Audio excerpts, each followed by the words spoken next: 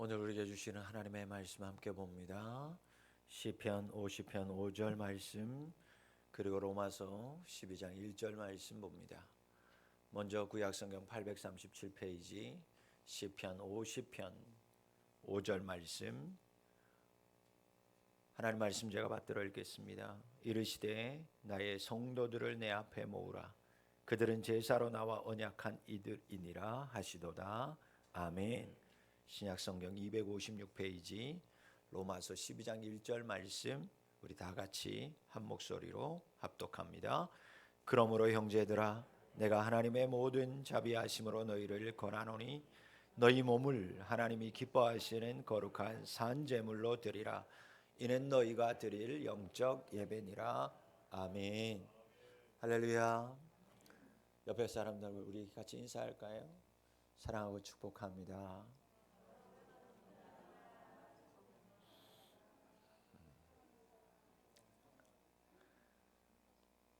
하나님이 여러분들을 사랑하십니다. 하박국의 말씀을 나누면서 한 사람 한 사람이 여러분들이 스룹바벨이 될 때 하나님께서 여러분들을 통해서 놀라우신 시작된 축복을 여러분들 통해서 열어주시고 또 이끌어 주실 줄 믿습니다. 가능하면 조금 더 앞자리에 나와서 예배 드리면 참 좋겠다. 좀 밑에 동네만 바글바글 하신 것 같아요. 한번 따라합니다. 복음의 사람, 예배자로 살게 하소서. 그리 될 줄 믿습니다. 한국교회가 지난 3년 동안 코로나를 지내면서 체감하고 있는 가장 안타까운 문제가 뭐냐면 현장 예배가 바로 쉽게 회복되지 않는다라는 것입니다. 여러분, 이 문제가 왜 이렇게 심각하냐면 이 문제는 단지 이 자리에 있는 작년 주일 예배뿐만이 아니라 특별히 다음 세대의 교회 학교 예배에 더 뚜렷하게 이 현장 예배의 회복이 이루어지지 않는 것이 교회 학교에 더 뚜렷하게 나타나고 있기 때문입니다. 왜 현장 예배의 회복이 이렇게 더딜까? 왜 아이들이 하나님 앞에 예배하는 것을 꺼려할까? 왜 현장 예배 회복은 안 되고 있을까? 원인이 뭘까? 여러분, 그것은 어느 사이인가 우리 안에 자리 잡고 있는 편리함을 우선시 여기는 경향 때문입니다. 코로나19 겪으면서 신자들 안에 오늘 아니면 내일 하면 된다라는 생각들이 들어와 버렸습니다. 코로나로 인해서 어쩔 수 없이 드리지 못하는 예배와 자신에게 일어난 일들과 몸의 피곤함과 게으름을 동일시 여기는 경향들이 생겨났습니다. 그래서 오늘도 예배당에 가지 못할 이유가 너무너무 많으니 영상으로 예배 드리면 된다라는 자신의 편안함을 우선시하는 생각들이 현장 예배의 소람으로 나타나게 되었고, 이것은 자신들뿐만 아니라 자녀들에게 더 치명적으로 나타나는 것이 현재 교회 안에서 일어나고 있는 한국교회의 실제입니다.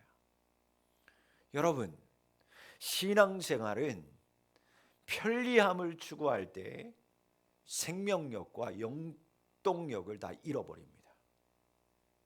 이러한 모습은 바울이 디모데후서 3장 5절 말씀에서 경고했던 경건의 모양은 있지만 그 경건의 능력을 잃어버린 신앙인의 모습을 이야기해 주는 것입니다.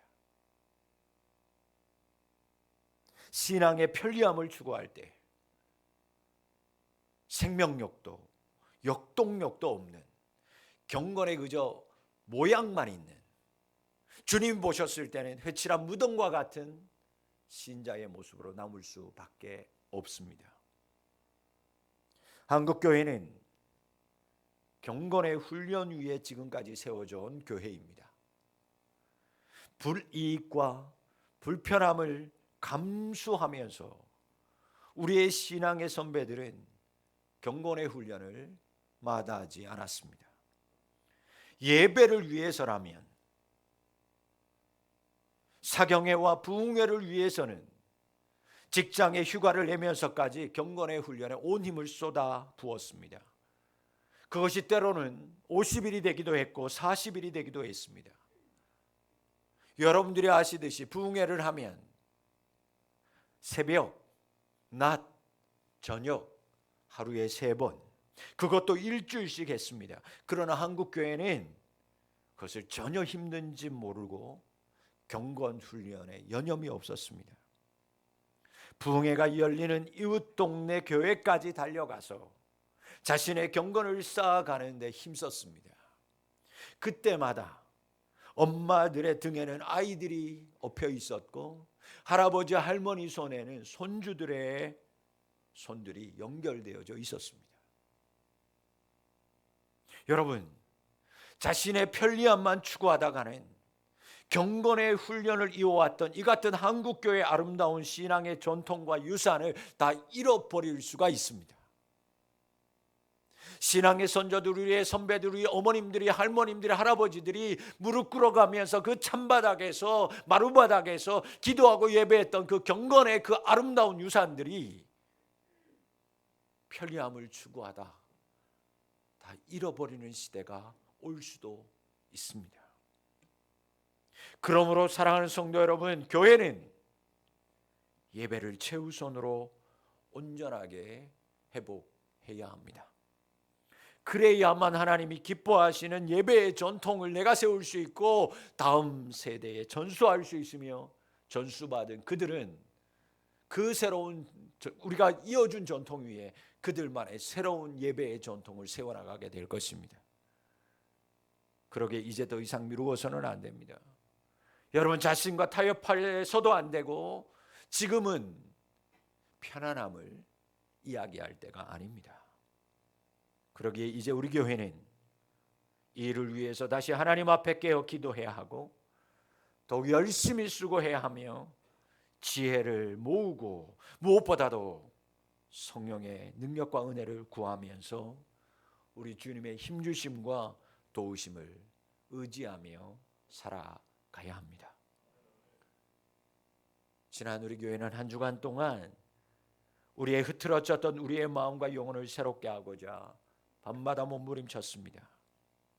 학계 말씀을 통해서 주신 하나님의 말씀을 통해서 다시 내 안에 무너졌던 성전들을 건축하는 일을 시작하기로 결심했습니다. 여러분, 이 일을 게을리하지 않고 끊임없이 하나님의 은혜를 구하면서 무너진 내 안의 성전, 예배를 다시 세워나가고 하나님이 택한 스룹바벨과 같은 믿음의 사람들이 되도록, 그래서 우리 앞에 닥친 신앙의 위기를 능히 극복하는 자가 되실 수 있기를 주의 이름으로 축원합니다. 유튜브에 푸른비전교회를 쳐서 여러분 듣지 못한 분들은 다운받든 다시 밴드로 옮겨서 그것을 해서 말씀을 다시 듣고 정말 하나님의 무너진 예배를 세우고자 힘쓰고 애쓰는 저와 여러분들이 되어야 할 줄 믿습니다. 복음의 사람 예배자로 살게 하소서. 원래의 교회의 표현은 나는 누군가인가, 나는 누구인가에 대한 그 질문에 대한 답입니다. 여러분, 그리스도인들은 항상 우리 주 예수 그리스도의 십자가의 복음을 분명하게 신뢰하고 그 복음을 역동적으로 실천하며 사는 사람이 그리스도인입니다. 십자가의 복음이 여러분 우리를 설레게 하는 이유가 무엇 때문이에요? 예수 그리스도의 거룩한 희생으로 말미암아 다시는 우리가 죄악에 매이지 않고 해방과 자유를 얻었기 때문에 십자가의 복음 앞에서 우리는 마음을 설레는 것입니다. 여러분, 우리가 부활의 기쁜 소식에서 우리의 심장이 뛰는 이유가 무엇인가? 여러분, 이 땅에 살아가는 모든 피조물의 숙명이 무엇이에요? 죽음의 사건입니다. 그러나 이 부활의 기쁜 소식은 우리의 숙명인 이 죽음의 사슬을 벗어버리고 하나님의 자녀로 영원한 생명을 얻게 하는 복음이기 때문에 우리는 그 십자가의 복음 앞에서 우리의 심장이 뛰는 것입니다. 그러므로 사랑하는 여러분, 십자가의 복음은 우리에게 그 어떤 시련과 고난 중에도 멈출 수 없는 힘과 능력의 근원이 되는 줄 믿습니다. 십자가의 복음은 우리를 하나님의 나라의 정의로, 그래서 하나님의 정의가 하늘에서 이루어졌던 것처럼 이 땅에서도 이루어질 거라고 하는 믿음으로 우리를 그곳으로 이끌어갑니다. 따라서 복음의 사람들은 하나님의 나라라고 하는 표대를 향해서 매일매일마다 힘차게 달려가야만 합니다.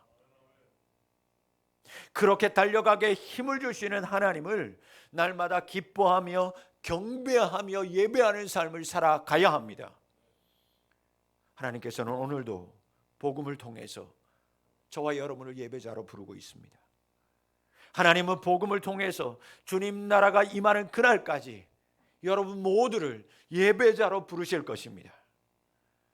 사랑하는 푸른비전교회 가족 여러분, 예배자로 부르시는 하나님의 이 사랑의 초대에 아멘으로 응답하는 그 사람이 그리스도의 제자입니다.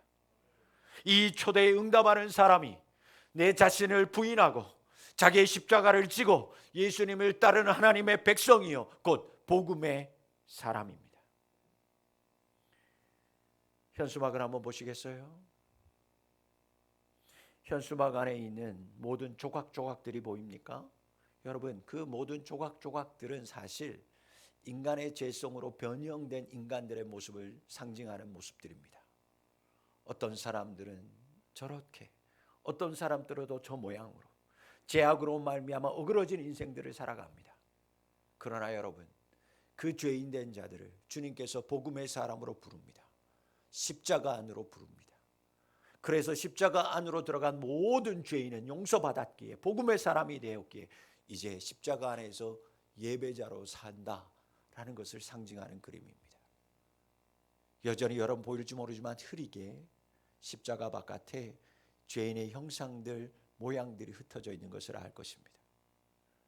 여러분, 여전히 하나님은 저 사람들이 십자가 안으로 들어오기를, 복음의 사람으로 예배자로 살기를 하나님은 바라고 원하십니다. 여러분은 저 십자가 안에 들어가 있는 예배자입니까? 여러분은 죄인임을 인정하고 하나님 없이 살 수 없고 십자가의 복음으로는 정말 하나님의 십자가의 복음으로만 살 수 있는 자로 여기면서 그 십자가 예수 안에 들어가 있는 예배자들입니까? 여러분, 우리 모든 성도들이 한 사람도 예외 없이 예배자로 부르시는 이 초대에, 이 부르심에 아멘으로 응답함으로 그리스도의 제자요 하나님의 백성이요 복음의 사람이 다 되실 수 있기를 주의 이름으로 축원합니다. 그렇다면 하나님께서 왜 우리를, 나와 같이 연약하고 부족한 나 같은 사람을 복음의 사람으로 불러서 예배자로 세우시려고 하는 이유가 무엇 때문일까? 왜 하나님은 나를 복음의 사람들로 예배자로 부르실까? 그 이유가 뭘까? 여러분, 그것은 예배자로 세워지는 자들에게 하나님의 은총을 부어주시기 위함입니다. 하나님은 예배자로 세워지는 사람들, 그들에게 하나님의 은총을 부으십니다. 구약시대부터 신약시대까지 오늘날까지 하나님의 부르심에 응하였던 예배했던 사람들은 하나님의 은총 아래 거하는 복을 누렸습니다. 출애굽의 구원의 사건의 시작이 어디에서부터 시작되었을까? 여러분, 하나님 여호와의 백성인 히브리인들이 애굽을 떠나서 광야로 나와서 함께 제사 드릴 수 있도록 하라는 하나님의 명령에 응답하면서부터 출애굽의 역사는 시작되었습니다. 레위기 제사법의 시작은 어디에서부터 비롯되었을까? 하나님께서 해막으로 모세를 부르시고 그를 만나주시고 모세가 제사의 구체적인 절차와 방법을 아론과 제사장들과 이스라엘 온 회중에게 전달하였던 그 모임에서부터 모든 제사법은 시작되었습니다. 언약으로서 율법의 말씀의 선포도 이스라엘의 총회의 소집과 모임을 통해서 시작되었습니다. 성막에서의 제사, 성전 시대의 제사, 포로 시대의 회당의 예배, 그리고 새로운 전통 포로 귀환 이후의 제2의 성전의 시대의 모든 성전의 제사와 회당 예배의 전통에서 그들은 다 무엇하기 위해서 그 모임과 해당의 모임에서부터 하나님의 말씀과 하나님의 은혜와 은총은 시작되기 시작하였습니다. 여러분, 이처럼 하나님이 부르실 때 그 모임 가운데 모여 응답하는 자에게 하나님은 은총을 내려 주셨습니다. 신약시대 박해시대를 지나면서 이어왔던 하나님이 부르실 때 모이는 그 거룩한 모임, 그것을 성회라 하는데, 이 성회의 전통은 히브리서 10장 25절에서 절정을 이루어갑니다. 히브리서 10장 25절 말씀은 여러분들이 잘 아는 말씀입니다. 모이기를 패하는 이들의 습관처럼 하지 말고 모이기에 더욱 힘쓰라. 이 겉면의 말씀은 하나님 앞에서 성도들의 모임을 강조했던 구약의 전통을 이어가는 귀한 주님의 말씀이요 명령입니다. 그래서 오늘 우리가 읽었던 로마서 12장 1절은 우리에게 새로운 예배자로 하나님 앞에 나아갈 것을 요구하고 있습니다.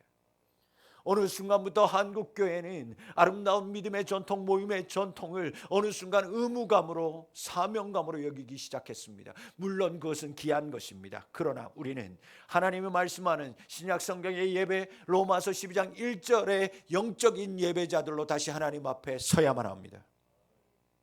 구약과 신약 시대를 지내서 그리고 초대교회에 이어졌던 예배의 역사 가운데 하나님께서 분명하게 우리에게 말씀하고 우리가 발견할 수 있는 것은 뭐냐? 초대의 예배가 명령에 순복하는 의무감에 드려진 예배는 아니었다라는 것입니다. 그들의 예배는, 초대교회의 예배는 다시 임할 하나님의 나라, 도래할 것임을 믿고 그 도래하는 하나님의 나라에 대한 샘솟는 희망과 억누를 수 없는 기쁨과 풍성한 감사의 축제의 자리가 예배의 자리였습니다. 고난의 자리였습니다.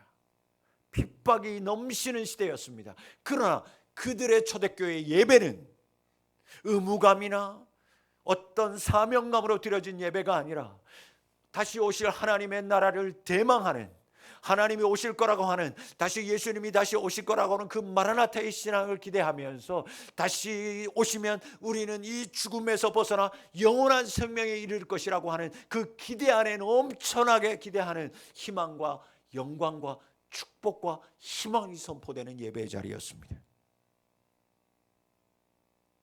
초대교회는 로마의 박해를 피해서 카타콤의 깊고 음습한 지하에서도 예배를 포기하지 않았습니다. 왜 그들은 그렇게 살아갔을까? 무엇이 그들을 그렇게 만들었을까? 의무감 때문이었을까요? 사명감 때문이었을까요? 아니요. 여러분, 그들 안에 일어났던 그 놀라운 신비로운 힘은 사명감도 의무감도 아니라 하나님 나라의 영광과 죽음을 극복하는 영원한 생명에 대한 강렬한 불타오르는 희망 때문이었습니다. 여러분, 그들 안에 일어났던 그 신비로운 힘, 그 기쁨과 풍성한 감사의 힘, 그 희망, 그 희망과 감사가 여러분들 안에 임할 수 있기를 주의 이름으로 축원합니다. 예배는 분명 성도들에게 하나님 부여하신 명령입니다. 그래서 의무와 사명을 다해야 합니다. 그러나 이제는 우리에게 허락된 예배를 단지 의무감 때문에 주일이어서 시간이 되어서 사명으로 드리는 것이 아니라 그것을 뛰어넘어 허락하신 예배, 그 이 예배가 날 향한 하나님의 은총이구나, 이 자리가 하나님 날 향하신 축복의 자리이구나, 이 자리가 하나님이 나를 향하신 은혜의 자리요 은총이 임하는 자리구나, 그것을 기억하면서 그 자리를 지켜내는 믿음의 성도님들이 되실 수 있기를 바랍니다.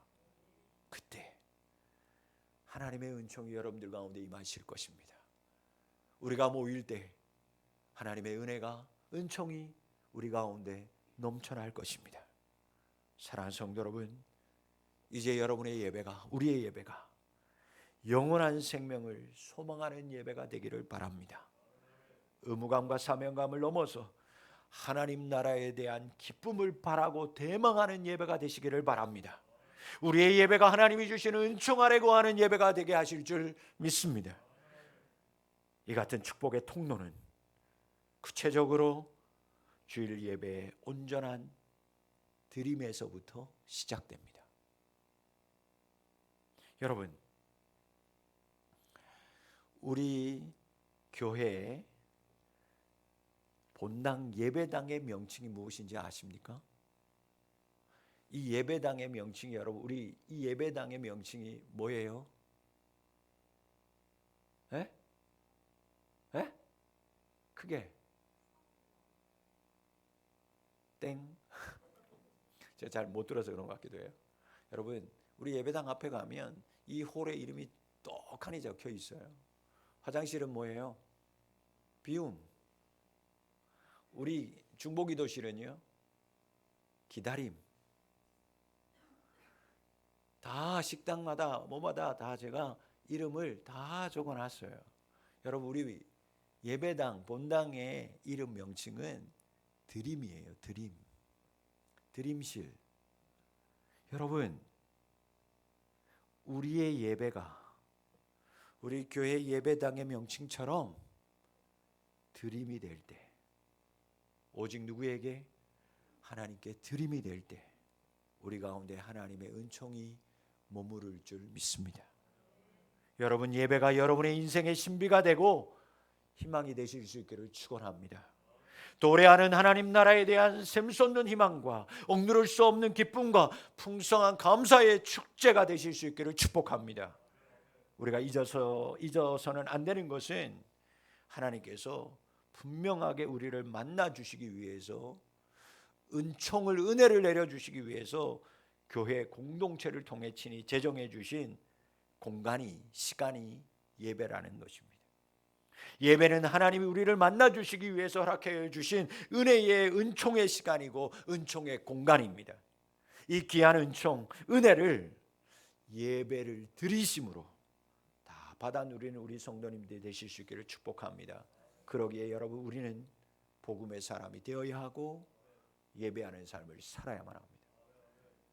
여러분, 예배자로 산다라는 건 단순하게 종교적이고 영적인 영역에만 국한되는 것이 아닙니다.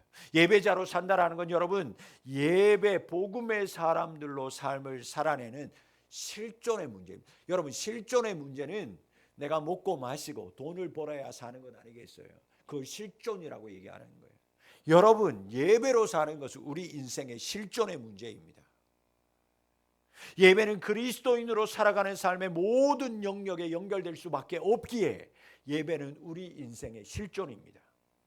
오늘처럼 거룩한 주일에 함께 모여서 예배하는 성도들은 또 다른 일상의 삶 속으로 들어가서 복음을 전하고 하나님의 말씀을 따라 살아야 한다는 것입니다. 그렇게 살겠다라는 고백이 바로 예배자로 살겠다라는 고백 속에 담겨져 있는 참된 의미입니다. 사도 바울이 로마서 12장 1절 말씀을 통해서 하나님의 자비하심으로 복음의 사람들은 우리에게 간절히 권면하는 예배가 무슨 예배입니까? 몸의 예배입니다. 우리의 몸을 하나님께 거룩한 산제물로 드려라. 몸을 드리는 예배. 여러분, 여기에서 언급된 몸이라고 하는 건 영혼에 대립되는 몸, 뼈, 살로 구성된 이 생물학적인 육체를 의미하는 것이 아니라 우리의 구체적인 삶 자체를 의미하는 단어가 몸이라는 단어입니다.